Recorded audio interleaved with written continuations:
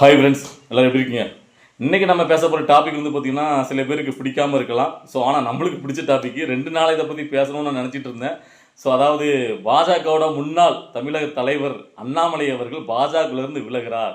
அது மட்டும் இல்லை, தனியாக ஒரு புது கட்சி ஆரம்பிக்கிறார் அப்படிங்கிற ஒரு நியூஸ் தான் 2 நாளாக சமூக வலைதளங்களுக்குள்ள ஆக்கிரமிச்சிட்டு இருக்கு. ஸோ அதை பார்த்தோன்னே உண்மையிலே ஒரு சந்தோஷம்.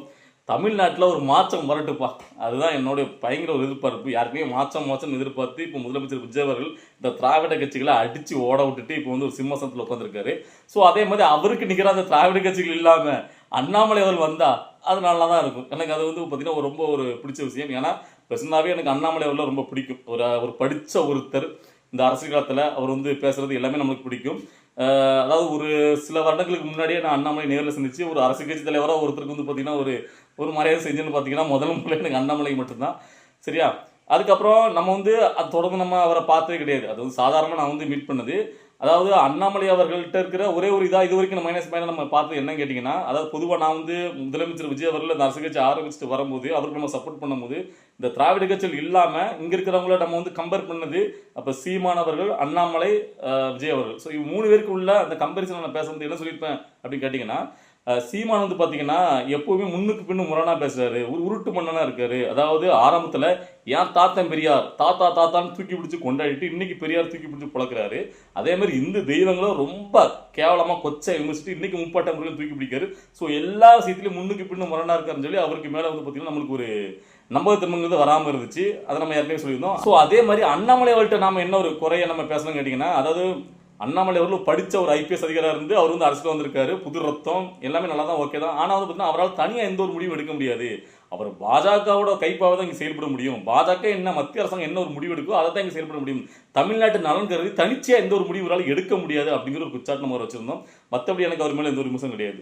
ஸோ அதே மாதிரி விஜய் அவர்கள் நம்ம கம்பேர் பண்ணும்போது விஜய் அவர்கள் தனிச்சு அவரால் சுயமாக முடிவு எடுக்க முடியும். அவர் சொந்தமாக ஒரு கட்சி ஆரம்பிச்சிருக்காரு. பெரியார் கொள்கையில் அவர் வச்சுக்கிட்டா கூட நான் கடவுள் மறுப்பு கொள்கை எந்த காலத்தில் ஏற்க மாட்டேன் சொன்னார். அதனால முழு சப்போர்ட் நம்மளோட விஜய் அவருக்கு நம்ம கொடுத்துருந்தோம். ஸோ இப்பவும் நம்ம கொடுத்துட்டு இருக்கோம். சரியா? அது ஒரு பக்கம் இருக்கட்டும். இப்போ அண்ணாமலை அவர் இந்த காலத்தில் வந்தார் அப்படின்னா களம் எப்படி இருக்கும் அப்படிங்கிறது தான் இப்போ பயங்கரமான ஒரு இன்ட்ரெஸ்டிங்காக இருக்குது. அதாவது எனக்கு தெரிஞ்சு இந்த திராவிட கட்சிகள் எல்லாம் ஒளியிடும், புதுசாக அந்த அரசியல் வந்து மாறணும். இப்போ யாருக்குனவே நம்முடைய முதல்வர் விஜய் அவர்கள் புதுசாக மாற்றிட்டாருங்க எல்லாமே. அதாவது இவங்கெல்லாம் அமைச்சரா, இவங்கெல்லாம் தலைவரா எப்படின்னு நினைக்கிற இடத்துல எல்லாத்தையும் மாற்றி ஒரு புரட்சி பண்ணிட்டு இருக்காரு. ஸோ நல்லா தான் போயிட்டு இருக்கு. அந்த இடத்துல அவருக்கு போட்டு எதிர்காலத்தில் நிற்கிறதுக்கு ஒரு சரியான, அதுவும் ஒரு புதிய ஒரு இளைஞர் படையோட ஒரு ரத்தம் நின்றுச்சுன்னா நல்லா இருக்கும். காலகட்டம் அரசியலே அப்படின்னு நினைக்கிறேன். அந்த வகையில் அண்ணாமலை அவர்கள் வர்றது நான் ரொம்ப வரவேற்கிறேன். அவர் புது கட்சி ஆரம்பிக்கணும் அப்படிங்கிறது தான் நம்முடைய எண்ணோட்டம். ஏன்னா எனக்கு இந்த திராவிட அரசியலே பிடிக்காது. பழைய அந்த திராவிட கட்சியில் ஒழியணும், அதுதான் நம்மளுக்கு இது. புதுசாக மாற்றமாக வரணும். அதில் முதலமைச்சர் விஜய் ஆட்சியில் இருக்கும்போது அதுக்கு எதிரான நிலைப்பாட்டில் அதே மாதிரி ஒரு இளைஞர் படையை கொண்டுட்டு அண்ணாமலை அவர்கள் வரும்போது, அது விஜய் விசஸ் அண்ணாமலை அப்படின்னு வரும்போது அது தமிழ்நாட்டு அரசியலே வேற மாதிரி களம் மாறும். அதாவது இப்போ அண்ணாமலை அவர்கள் அரசியல் தனி கட்சி ஆரம்பிச்சிட்டாருன்னா இப்போ விஜய் அவர்களுக்கு இருக்கிற மாதிரி அதே அளவுக்கு செல்வாக்கோட ஒரு இளைஞர் படை கிடைக்குன்னு கேட்டிங்கன்னா அது டவுட் தான். ஏன்னா இப்போ ஒரு திரைத்துறையிலிருந்து ஒரு சூப்பர் ஹீரோ வந்திருக்காரு. உலகமெங்கும் முதலமைச்சர் விஜய் அவர்களுக்கு பார்த்தீங்கன்னா பயங்கரமான ஆதரவு இருக்குது. இளைஞர் படை, ஆண்கள், பெண்கள் எல்லாருமே ஒட்டுமொத்தமாக அவருக்கு வந்து பார்த்தீங்கன்னா ஆதரவு கொடுத்துருந்தாங்க. ஸோ ஆனால் அவர் அளவுக்கு விஜய் அவர்களுக்கு இல்லாட்டாலும் இளைஞர் படை, அதாவது பார்த்தீங்கன்னா அண்ணாமலைக்குன்னு ஒரு தனி ஒரு படை இருக்குது, ஒரு சப்போர்ட்டர்ஸ் இருக்காங்க.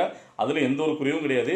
ஸோ அவர் தனி கட்சி ஆரம்பித்து வந்ததுக்கப்புறம் இப்போ சீமான் கட்சியிலேருந்து கூட, இப்போ விஜய் கட்சியிலேருந்து கூட சில பேர் போக வாய்ப்பு இருக்குது, சப்போர்ட் பண்ண வாய்ப்பு இருக்குது. ஏன்னு கேட்டிங்கன்னா இப்போ முதலமைச்சர் விஜய் அவர்கள் அரசியல் கட்சி ஆரம்பிச்சு வந்து தேர்தல் நிற்கும் போது எல்லா தரப்பு மக்களும் ஒட்டுமொத்தம் அவர் சப்போர்ட் பண்ணாங்க, எல்லா இளைஞர்களும். ஏன்னா இப்போ எல்லாருக்குமே சாய்ஸ் கிடையாது. இப்போ அவங்க திராவிடத்தை அந்த பழைய அந்த அரசியலை ஒழிக்கணும் அப்படின்னு நினைக்கிறவங்களுக்கு ஒரே சாய்ஸாக இருந்தது பார்த்தீங்கன்னா முதலமைச்சர் நம்ம விஜய் அவர்கள் தான். ஸோ அதனால் மாற்றங்க இந்திய தீரணும், இந்த திராவிடமே வேண்டாம் அப்படின்னு சொல்லிட்டு எல்லாரும் ஒட்டுமொத்தமாக முதலமைச்சர் விஜய் அவர்களுக்கு தான் ஆதரவு கொடுத்தாங்க. ஸோ இப்போ அந்த இளைஞரில் ஒரு பிரிவினர் போகிறதுக்கு வாய்ப்பு இருக்குது. அண்ணாமலை இருக்குது, யாருக்குனவே சீமானோடு இருக்குது. சீமான்றது நிறைய பேர் வெளியே போக ஆரம்பிச்சிட்டாங்க. இருந்தாலும் அண்ணாமலை வரும்போது அண்ணாமலைக்கு இளைஞர் படை பெரிய அளவில் சப்போர்ட் பண்ணுவாங்க. ஸோ அதனால் இந்த களம் அரசியல்களாக மாறதுக்கு வாய்ப்பு இருக்குது. அண்ணாமலை அவர்கள் கட்சி ஆரம்பித்தா சரியா? ஸோ அதனால் அண்ணாமலை அவர்கள் கட்சி ஆரம்பிக்கணும் அப்படின்ட்டு நம்முடைய வரவேற்பு கொடுக்குறோம். களம் மாறட்டும். ஏன்னு கேட்டிங்கன்னா இப்போ நான் ஓப்பனாகவே பேசுகிறோம் தானே, நான் சொல்கிறேனே. அப்போ விஜய் அவர்கள்ட்ட நம்மளுக்கு கட்சி ஆரம்பிச்சுட்டு வந்ததுலேருந்து இப்போ உள்ள சில மாறுபாடுகள் என்ன அப்படின்னு கேட்டிங்கன்னா, அவர் சொன்னதில் எதுவுமே அவர் மாறுபடலை. அவர் அப்படியே தான் இருக்கார். ஜெயிச்சதுக்கப்புறம் அப்படியே தான் இருக்கார். ஸோ நம்மளுக்கு இருந்து இந்த காங்கிரஸ் கட்சி அவர் கூட இப்போ வந்து சேர்ந்தது, அதுக்கப்புறம் பார்த்தீங்கன்னா விசிகே வந்து சேர்ந்தது, இந்த 2 தான் நம்மளுக்கு பிடிக்கவே பிடிக்காத ஒரு விஷயம்.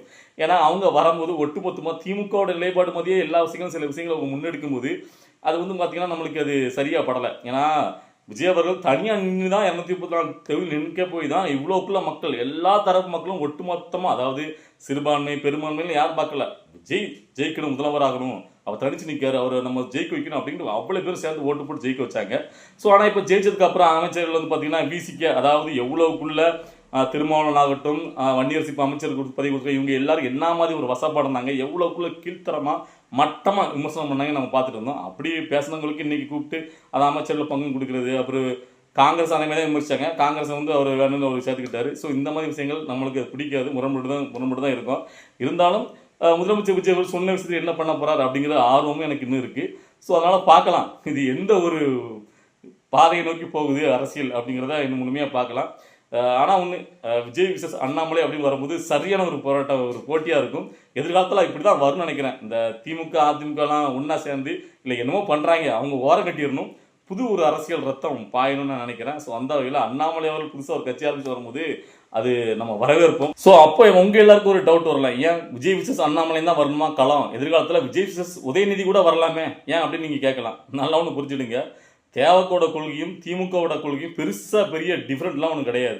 அதை வந்து ஆதவர்ஜனாவே நிறைய தடவை மெட்டீரியல் சொல்கிறாரு. அதாவது திமுகவோட கொள்கை தான் எங்கள் கொள்கையும், அவங்க வந்து குடும்ப அரசியல் ஊழல் பண்ணுறாங்க, நாங்கள் அதை பண்ண மாட்டோம் அப்படின்னு சொல்லி தான் நிற்கிறாங்க. ஸோ அதனால் அதேமாதிரி பெரியார் அம்பேத்கர்லாம் வச்சுருக்காங்க தமிழ் வச்சுக்கிறதுலையும். என்ன பெரியாருடைய கடவுள் மறுப்பு கொள்கையை மட்டும் தமிழ் வச்சுக்கலாம் எடுத்துக்கல. ஸோ அதான் டிஃப்ரெண்ட்டாக இருக்கிற, மற்றபடி ஐடியாலஜி எல்லாமே சேமாக இருக்கிறனால தான் நம்மளுக்கு வந்து பார்த்திங்கன்னா அது கொஞ்சம் எரிச்சலாகவே இருக்குது. ஸோ அந்த வகையில் இப்போ அண்ணாமலை வந்து பார்த்தீங்கன்னா கண்டிப்பாக பெரியார் அம்பேத்கர் இவங்களாம் கொள்கை வச்சுட்டு அவர் வரமாட்டார். ஸோ அப்படிங்கும்போது உண்மையிலே ஒரு ஆப்போசிட் ஒரு போட்டி பயங்கரமாக இருக்குன்னு கேட்டிங்கன்னா அது விஜய் விசஸ் அண்ணாமலை தான் வர வாய்ப்பு இருக்குது. அண்ணாமலை கட்சி ஆரம்பித்தா. ஸோ அந்த வகையில் அண்ணாமலை அவர்கள் புதுசாக ஒரு கட்சி ஆரம்பிச்சுட்டு வர்றதை நான் மனசார வரவேற்கிறேன்.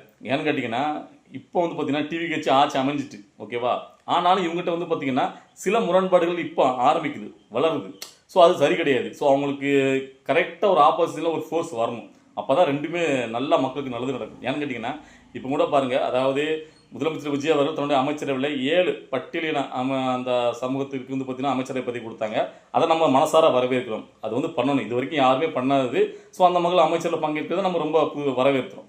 ஆனால் அதில் பிசிகேவுடைய வன்னியரசுக்கு வந்து பார்த்தீங்கன்னா அதில் வந்து சமூக நீதித்துறை அமைச்சர்னு ஒரு அந்த ஆதிதிராவிட நலத்துறை அமைச்சர் சமூக நீதி மாற்றி அவர் கொடுக்குறது பார்த்தீங்கன்னா நம்மளால் ஏற்றுக்கொள்ளவே முடியாது. அதை யாருமே பதிவு பண்ணியிருக்கேன். ஏன்னு கேட்டிங்கன்னா அவர் முழுக்க இந்து மதத்துக்கு எதிராகவே தன்னுடைய கருத்துக்களை முழுவதுமாக பயன்படுத்தக்கூடியவர், ரொம்ப வக்கிரமாக பயன்படுத்தக்கூடியவர். அது மட்டும் இல்லாமல் நம்ம பசுமன் முத்துராமலிங்க தேவர் ஐயா வந்து பார்த்தீங்கன்னா அவர் வந்து சாதி மதத்துக்காகலாம் அவர் வாழவே இல்லை, எல்லா மக்களுக்கும் அவர் தன்னுடைய வாழ்க்கையை அர்ப்பணிச்சவர். அப்படிப்பட்ட பசுமன் முத்துராமலிங்க தேவர் ஐயாவை ரொம்ப கொச்சப்படுத்தி ரொம்ப தவறான வார்த்தைகள்லாம் பயன்படுத்தி அவர் வந்து பேசியிருக்கிறதுக்கு முன்னாடி. ஸோ அப்படிப்பட்ட ஒருத்தர் வந்து பார்த்தீங்கன்னா சாதியால் மதத்தாலும் பிளவுபட்டு ஒரு மாதிரி நிற்கிற ஒருத்தருக்கு வந்து பார்த்தீங்கன்னா நீங்கள் வந்து ஒரு சமூக நீதித்துறை அமைச்சர் அப்படின்னு ஒரு பதவியை கொடுக்கும்போது அவர் எப்படி எல்லா மக்களுக்கான ஒரு சமூக நீதியை அவர் வந்து செயல்படுவார். ஸோ அந்த ஒரு எனக்கு அது சுத்தம் பிடிக்கவே இல்லை. ஏன்னா அவர் மேலே ஏகப்பட்ட குச்சாட்டு இருக்குது. அது அவர் மேலே வந்து அவர் தண்டனை அனுபவிச்சவர் கூட அவர் வந்து ஜெயிலில், சரியா, அந்த அளவுக்கு இருக்கக்கூடிய ஒருத்தர். அதாவது நல்ல சிக்கா போராட்டலாம் கிடையாது, அதை புரிஞ்சுக்கணும். ஸோ அப்படி இருக்கும்போது அவருக்கு ஏற்கிறது சமூக நீதித்துறை அமைச்சர் கொடுத்தீங்க. அதாவது விசிகே கட்சி வந்து பார்த்தீங்கன்னா அவங்க வந்து உடனே சொல்லுவாங்க, எல்லா விசி கட்சி அப்போதைக்கு நம்ம தேவைப்பட்டுச்சு, அவங்க 2 சீட்லாம் நம்ம ஆட்சி அமைக்க முடியாது அப்படி கிடையாது. நீங்கள் நினச்சி தான் வேறு வழியில் ட்ரை பண்ணி கூட நீங்கள் ஆட்சி அமைச்சிருக்கலாம். அதாவது அன்புமணி ராமதாஸ் கூட நல்லா தான் பார்த்தீங்கன்னா ஒரு நட்புறோட தான் இருந்தார் விஜய் கூட, அங்கே கிடந்தால் கூட அதான் ஆட்சி அமைச்சிருக்க வாய்ப்பு உண்டு. ஆனால் இவங்க அந்த சைடு போகக்கூடாதுன்னு சொல்லி விசிகே இது எல்லாமே பார்த்தீங்கன்னா ஆதவர்ஜனா பண்ணுற வேலைகள். ஆதவர்ஜனா மூமியாக விசிகே எப்படியாரும் உள்ளே கொண்டு வரணும், திருமாவளவருக்கு துணை முதல்வர் பதவி கொடுத்தா கூட பரவாயில்லன்னு சொல்லிட்டு அந்தளவுக்கு போயிட்டாங்க. ஸோ அது நம்மளுக்கு சுத்தமாக பிடிக்கவே இல்லை. ஸோ இதையே நம்ம இவ்வளோக்குள்ளே வலியுறுத்தி சொல்கிறேன்னு கேட்டிங்கன்னா சமூக நீதித்துறை அமைச்சராக வன்னியரசு பதவியேற்கப்பட்டதுக்கு அப்புறம் அவர் வைக்கக்கூடிய முதல் கோரிக்கை CTR நிர்மல்குமார்ட்ட என்ன வச்சாருன்னு கேட்டிங்கன்னா, அதாவது ஜெயிலில் ரொம்ப ஆண்டுகளாக தண்டனை அனுபவிச்சுட்டு இருக்கக்கூடிய இஸ்லாமிய கைதிகளை உடனடியாக வெளியே விடுவதற்கு நீங்கள் பரிந்துரைக்கணும், அவங்களை வெளியே விடணும், அவங்களுக்கு பரவல் கொடுக்கணும், அப்படி இப்படிலாம் இஸ்லாமிய கைதிகளுக்கு மட்டும் முன்னுரிமை கொடுத்து அவர் பேசுகிறார். ஒரு சமூக நீதித்துறை அமைச்சர்னா மதம் சார்பற்ற சமூக நீதி, சாதி பார்க்கக்கூடாது, மதம் பார்க்கக்கூடாது அப்படின்னா அவர் என்ன சொல்லியிருக்கணும், ஜெயிலில் ரொம்ப ஆண்டுகளாக இருக்கக்கூடிய கைதிகளுக்கு அவங்களுக்கு உண்டான அந்த என்ன தகுதி அடிப்படையில் ஏதோ ஒரு காரணத்தை வச்சு அவங்க வந்து பார்த்தீங்கன்னா கொஞ்சம் மறுபரிசீலனை பண்ணி அவங்கள வெளியில் விடலாம் அப்படின்னு கோரிக்கை வச்சா பரவாயில்ல. இஸ்லாமிய கைதியில் மட்டும் வெளியிடணும் அப்படின்னு கோரிக்கை வச்சா அவங்களுடைய கொள்கை எல்லாம் என்னன்னு கேட்டிங்கன்னா, என்னோட என்ன கேட்டிங்கன்னா, சிறுபான்மையினர் மக்களுக்கு மட்டும்தான் நம்ம பாதுகாவலாக நிற்கணும் முழுக்க. ஏன்னா சிறுபான்மையினர் ஓட்டுகள் மட்டும்தான் நம்ம ஜெயிச்சிருக்கோம். ஸோ அப்படின்னு நினைப்பு அவங்க இருக்குது. அதனாலே பார்த்தீங்கன்னா எப்பவுமே சிறுபான்மை நலன் மட்டுமே அவர் கவனம் செலுத்துவார். சாதி சார்ந்தும் அப்படி தான். ஸோ அதனால எல்லா மக்களுக்கும் உண்மையான ஒரு சமூக இதெல்லாம் இருக்க மாட்டார். ஒரு பிரச்சனை நடந்துச்சுன்னா ஒரு பக்கமாக தான் அவர் செயல்படுவார். அப்படிங்கிறதுனால தான் அவர் வந்து பார்த்தீங்கன்னா நம்ம திரும்ப திரும்ப விமர்சிக்க வேண்டியிருக்கு. அவருக்கு அந்த பதவி கொடுத்து நம்மளால ஏற்றுக்கவே முடியல. ஸோ இந்த மாதிரி சில விஷயங்களில் திமுக மாதிரியே தவாகவும் செயல்படுதோ, அதாவது பேரை மட்டும் தான் திமுகங்கிறத எடுத்துட்டு தவாக அப்படின்னு மாற்றிக்கிட்டாங்களா அப்படிங்கிறது நம்மளுக்கு நிலைப்பாடும் தோணுது. அந்த வகையில் தான் இப்போ கூட காலையில் ஒரு வீடியோ போட்டிருந்தோம். அதில் கூட பார்த்தீங்கன்னா அமைச்சர் ராஜ்பவன் பார்த்தீங்கன்னா அரசு அங்கே சார்பில் பார்த்தீங்கன்னா கலைஞருக்கு மரியாதை செலுத்தார். கலைஞருடைய பிறந்தநாளுக்கு திமுக கொண்டாட்டங்க பெரிய லெவலில் அது ஓகே. அது எதுக்கு தமிழ்நாடு அரசாங்கம் சார்பில் எதுக்கு வந்து அவருக்கு வந்து பார்த்தீங்கன்னா அந்த மரியாதை கொடுக்கணும், மரியாதை செய்யணும்னு நான் கேட்குறேன். இதுக்கு முன்னாடி அதிமுக இருக்கும்போது திமுகவுடைய கலைஞர் கருணாநிதிக்கெல்லாம் மரியாதை செலுத்துறது கிடையாது. அதேமாதிரி திமுக இருக்கும்போது ஜெயலலிதா அவர்களுக்கெல்லாம் பார்த்தீங்கன்னா மரியாதை செய்ய மாட்டாங்க. ஸோ இது முன்னே புதுசாக வந்து பார்த்தீங்கன்னா முழுக்க முழுக்க எதிரின்னு சொல்லியாச்சு. அவங்களும் நீங்களும் எதிர்த்து தரப்பில் இருந்துட்டு திரும்ப அவங்களுடைய தலைவருக்கு வந்து மரியாதை செலுத்துறது, அரசாங்க சார்பில் முன்னாள் முதலமைச்சர்னு சொல்லி மரியாதை செலுத்துறது நம்மளால் அதை ஏற்றுக்க முடியல. ஸோ இந்த மாதிரி சில விஷயங்கள் இன்னும் நிறைய சொல்லிட்டே போகலாம். இந்த மாதிரி முரண்பாடுகள் இருக்கும்போது இதுக்கு எதிராக இதெல்லாம் இல்லாமல் ஒரு மாற்றம் வந்து பார்த்தீங்கன்னா அண்ணாமலை அவர் செயல்பட்டார் அப்படின்னா களம் பயங்கர இன்ட்ரெஸ்டிங்காக இருக்கும். நாம் நல்லது கெட்டது எதுங்கிறத பார்த்து நம்முடைய அரசியலை நம்ம இன்னும் ஒரு தீர்க்கமாக பேசலாம்.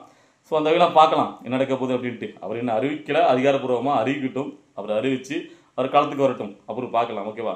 ஸோ இப்போ அண்ணாமலை அரசியல் கட்சி புதுசாக ஆரம்பிச்சுட்டு வராருன்னா களம் எப்படி இருக்கும்?